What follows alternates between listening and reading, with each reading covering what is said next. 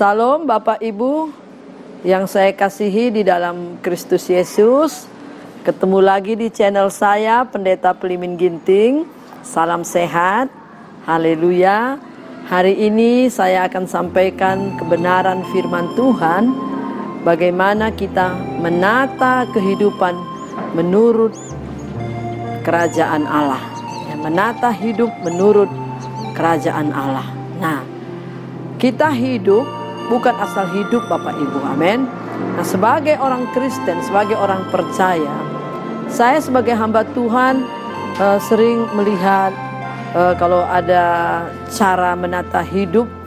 Ya, saya berbicara ini tentang orang Kristen ya, menata hidup, bahwa akhirnya pada masa puncaknya begitu ya, yang dia orang Kristen ya, aktif juga ya, mau ke gereja, tapi di akhir pada puncak karirnya dia gagal ya. Saya sering melihat begitu ya. Karena apa? Ya, pejabat Kristen yang akhirnya korupsi, akhirnya masuk penjara. Padahal cobalah kita melihat bagaimana dia meniti karirnya dari masa muda, mulai sekolah, kuliah, terus sampai bekerja, akhirnya dipermalukan. Itu sebabnya hari ini saya sebagai hamba Tuhan ingin menyampaikan kepada kita semua, khususnya orang-orang Kristen, bagaimana sebenarnya kita harus menata hidup kita. Ya, hari ini berbicara tentang keuangan, tentang uang. Nah, Bapak Ibu, mari yang pertama ya, yaitu tentang bekerja. Nah, kita semua orang percaya ya, firman Tuhan berkata harus bekerja. Di perjanjian lama juga 6 hari engkau bekerja, hari ke-7 istirahat. Nah, jadi kita harus bekerja ya, bekerja dengan rajin ya. Tangan yang rajin mendatangkan kekayaan, tangan yang lambat membuat kemiskinan. Jadi kita harus bekerja ya. Tegurlah orang yang tidak tertib hidupnya, harus bekerja. Kalau orang tidak bekerja, tidak boleh makan. Nah, itu yang pertama. Sebagai orang percaya kita bekerja. Lalu selanjutnya kedua, ya, nggak cukup hanya bekerja, tapi yang kedua rajin, Bapak Ibu, ya, rajin dalam bekerja, amin. Ya, saya ulangi, tadi sudah saya ucapkan, tangan yang rajin mendatangkan kekayaan, tangan yang lambat mendatangkan kemiskinan. Kita harus rajin bekerja, nggak boleh bermalas-malas. Dan sesudah rajin tambah lagi berpengetahuan, ya. Kerajinan tanpa pengetahuan juga ya sia-sia. Contoh ya, sekarang ini dengan ada teknologi ini kan kita semakin bisa cepat, bisa kita gampang untuk menghasilkan pekerjaan ya. Kalau zaman dulu ya, contoh saja kalau masak seperti itu pakai kayu api, lalu pakai periuk. Nah, harus dijaga, kalau mendidih harus dibuka tutupnya. Kalau zaman sekarang ya udah ada rice cooker, tinggal dicokkan, udah tinggalkan, udah bisa. Kita bisa kerjakan lagi hal lain. Nah, suatu saat saudara kita dulu, zaman dulu ya, waktu itu saya masih SD, ada keluarga kita yang bertugas ke Papua. Nah, itulah tanpa pengetahuan tadi, belum dikasih tahu. Tanam cabai, lalu sesudah panen, itu cabai itu si bapak ini yang bertugas ke sana berkata, besok kita panen. Dia pikir seperti dia tahu bagaimana cara panen. Buah pertama itu kan, cabai itu kan harus dipetik. Besoknya si bapak ini datang, waduh sampai menangis dia. Itu dicabut semua seakar-akarnya. Padahal hanya buahnya bisa beberapa kali lagi nanti berbuah. Nah, jadi harus ada pengetahuan, rajin dan berpengetahuan. Nah, sekarang bekerja, rajin, tambah pengetahuan. Nah, selanjutnya ketiga, jujur Bapak. Nah, inilah yang kita sering sayangkan, kita lihat yang tadi meniti karir dari awal, pada puncak-puncaknya harus masuk penjara, tangkap korupsi. Nah, kenapa? Nggak jujur, ya, nggak jujur. Bukan haknya, bukan bagiannya, dia ambil. Nah, puji Tuhan Bapak Ibu, saya sudah praktekkan sejak saya bertobat. Kalau saya belanja beli sesuatu, uang dikembalikan lebih pun, saya kembali. Saya sambil jalan saya lihat, udah lebih, saya kembalikan itu. Nah, waktu saya dipercayakan membangun gereja ini, nah yang punya uang ya abang saya, dia bangun dibongkar. Ya, sepeser pun saya tidak korupsi. Ya, Jadi apa dibeli, dicatat semua dengan jujur, dilaporkan. Itu sebabnya akhirnya ini dulu kan tempat tinggal, buka usaha saya salon, akhirnya jadi gereja. Karena apa? Memang dikerjakan dengan jujur. Karena apa? Takut Tuhan. Jadi bekerja jujur. Apapun ya, sebagai kita pedagang, ya kita tah guru sekolah, ya kita pejabat di pemerintahan, di mana-mana ada kesempatan untuk kita tidak jujur. Tapi kita sebagai orang percaya jujur Bapak Ibu, amin. Jadi sudah menata hidup itu bagaimana? Bekerja, rajin, jujur. Nah, sesudah itu nggak cukup. Kita perhatikan lagi peringatan-peringatan Tuhan. Apa itu? Ya. Nggak boleh kita memperkaya diri. Kalau kita katakan, aku kaya, aku memperkaya diri, Tuhan bilang engkau telanjang miskin. Ya. Di kitab Wahyu pasal 3 ayat 17 itu. Ya. Kita nggak boleh. Kita menjadi berkat, kita diselamatkan, ditebus oleh Tuhan Yesus, maka kita diberkati, janji Tuhan, karena Abraham nenek moyang kita diberkati, kutuk sudah dipatahkan, di Galatia 3:13, kutuk dipatahkan, maka kita menerima berkat Abraham, kita diberkati. Tapi nggak boleh kita memperkaya diri. Orang kikir itu tidak masuk kerajaan Allah.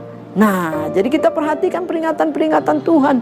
Yesus berkata bahwa jangan simpan hartamu di bumi.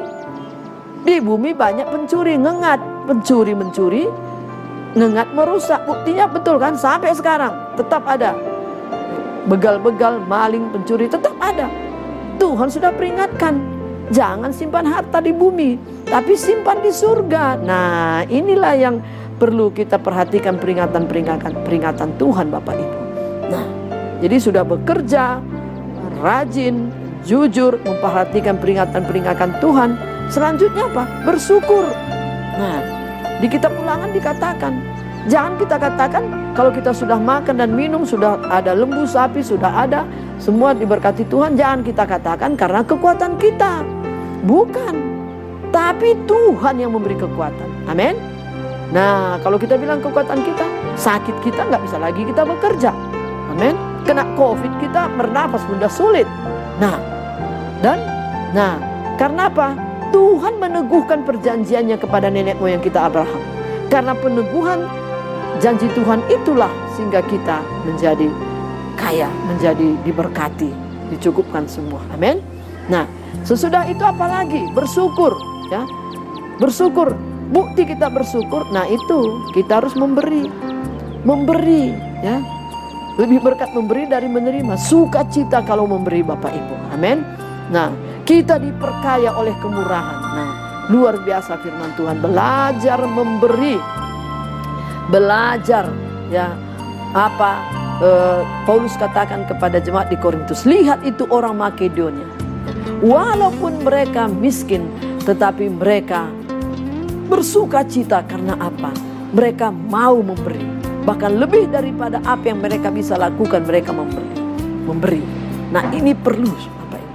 Macam-macam cara kita memberi. Yang pertama pastilah memberi untuk pekerjaan Tuhan, untuk orang-orang kudus Tuhan. Di mana Bapak Ibu ditempatkan, di gereja mana, mari itu mulai dulu di sana. Kita sudah dapat firman, diberkati oleh firman di gereja, maka kita juga akan mendukung pekerjaan Tuhan. Lalu ya kemana saja, di mana saja, ya di masyarakat, di keluarga, di mana saja kita bisa belajar memberi. Nah, jadi sesudah kita bekerja, rajin, jujur, memperhatikan peringatan Tuhan, dan juga kita bersyukur, memberi. Nah, maka mari, nggak cukup juga seperti itu. Gak cukup juga kita terus-terusan cari uang, tapi kita juga perhatikan ibadah kita, amin. Dengan ibadah kita mendapatkan firman Tuhan, bersekutu dengan saudara-saudara kita seiman, menjadi saksi kita di sana. Bisa kita mempersembahkan talenta kita, dan supaya kita bisa hidup tenang, ya. Dikatakan firman Tuhan bahwa jadilah tenang supaya engkau bisa berdoa. Kita nggak cukup juga mencari uang, tapi rohani kita dengan kita banyak berdoa, ya. Makanya orang Kristen itu sebenarnya super aktif gitu, ya. Ya, dia Apa yang orang tidak percaya lakukan, apa yang orang dunia lakukan, bekerja dengan rajin dan jujur semua, tambah lagi kita harus juga ibadah, berdoa. Jangan tinggalkan ibadah-ibadah pertemuan ini. Firman Tuhan katakan, karena ibadah itu mengandung janji, baik untuk hari ini dan masa akan datang. Nah, karena ibadah itu mengandung janji, maka dikatakan firman Tuhan bahwa kita harus berjuang ya, untuk melakukan ibadah itu. Berusaha dan berjuang. Kadang betul Bapak Ibu. Bapak Ibu kalau tidak mau berjuang untuk ibadah, bisa 24 jam mau cari uang aja. Ya, dari pagi sampai malam, ya itu aja. Enggak juga, harus ya kita ibadah. Men. Ya, latihan badani ada manfaatnya sedikit. Ya. Kita kalau olahraga ada ibadahnya. Tapi jangan melulu itu. Saat teduh dulu, bersekutu dengan Tuhan, ibadah dulu, baru kita olahraga. Oke, memang harus seperti itu. Dan juga pertemuan-pertemuan ibadah kita, karena mengandung janji untuk hari ini dan untuk masa akan datang. Amin. Dan kita harus berjuang. Nah, jadi puji Tuhan Bapak Ibu, beginilah menurut kerajaan Allah bagaimana kita menata hidup kita. Amin. Kita orang yang sudah percaya, yang sudah diselamatkan oleh Tuhan Yesus, yaitu mari perhatikan. Saya ulangi, saya simpulkan. Pertama, kita harus bekerja. Ya, tidak boleh makan kalau tidak bekerja. Tegur orang yang tidak tertib hidupnya. Lalu kedua, bekerja. Kedua, ya pertama bekerja. Kedua, bagaimana? Rajin. Nggak boleh malas-malas. Kalau orang rajin, menghasilkan banyak. Malas, ya jatuh miskin. Ketiga, jujur. Nggak boleh curang. Baik yang di kantor, baik berdagang, semua jujurlah. Amen. Dipercaya begitu. Di pemerintahan semua. Nah, lalu keempat, memperhatikan peringatan-peringatan Tuhan. Jangan numpuk-numpuk harta di bumi. Jangan menjadi orang kikir. Lalu selanjutnya, kelima, yaitu bersyukur. Ya, bersyukur. Ya, tanda orang bersyukur. Ya, ke-6, yaitu suka memberi. Dan terakhir, rajin ibadah, rajin berdoa. Amin. Kalau sudah itu yang kita lakukan, puji Tuhan Bapak Ibu, kita sudah benar menurut Tuhan. Kita hidup, menata hidup kita tidak sia-sia. Menata hidup kita menurut apa yang firman Tuhan katakan, menurut kerajaan Allah. Haleluya.